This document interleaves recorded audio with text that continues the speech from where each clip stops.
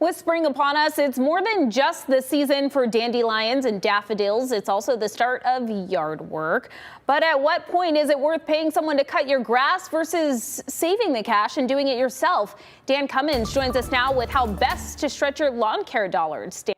Well, so all this comes down to preference, but I think the basic question to look at is, what is your time worth? Should you pay someone to do the yard work or take the time to do it yourself? Here's what we found. For many of us, yard work is the least favorite of the chores, but it's one of those necessities for a clean and healthy lawn. So who does the work, you or someone else? We'll take a look at how the options affect your wallet, but first some context. The average two-person household in Northwest Ohio earns about $54,000 a year. That's about $4,500 a month. Breaking that down a bit more, that's $14 an hour per person before taxes, so about $13 an hour take home with no deductions. Now, most of you own your homes, so you'll need to mow each week or two. So assuming it takes you 2 hours to do all the yard work, should you keep what amounts to $26 worth of your time in your wallet or put it towards help? What we've found is paying someone to do the work runs between $20 to $80 per cut, depending on the size of your lawn.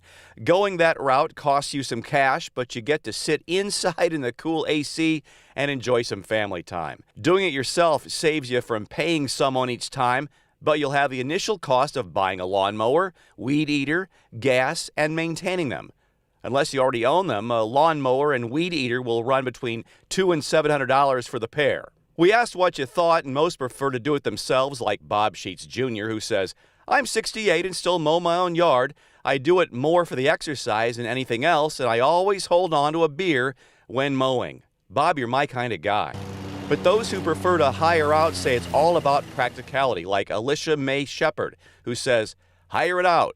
After you add up mower and gas costs, it only makes sense. Time is precious." So really, it all comes down to what works for you.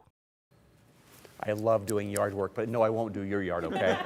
One last thing. If you love yard work or go through with buying the lawn equipment, you can also make money and pay off the cost of the equipment by maybe doing your neighbor's yards. That could be an extra 20 or 40 bucks in your pocket per yard, or whatever you decide to charge, a six-pack perhaps. Stretching your dollar, I'm Dan Cummins.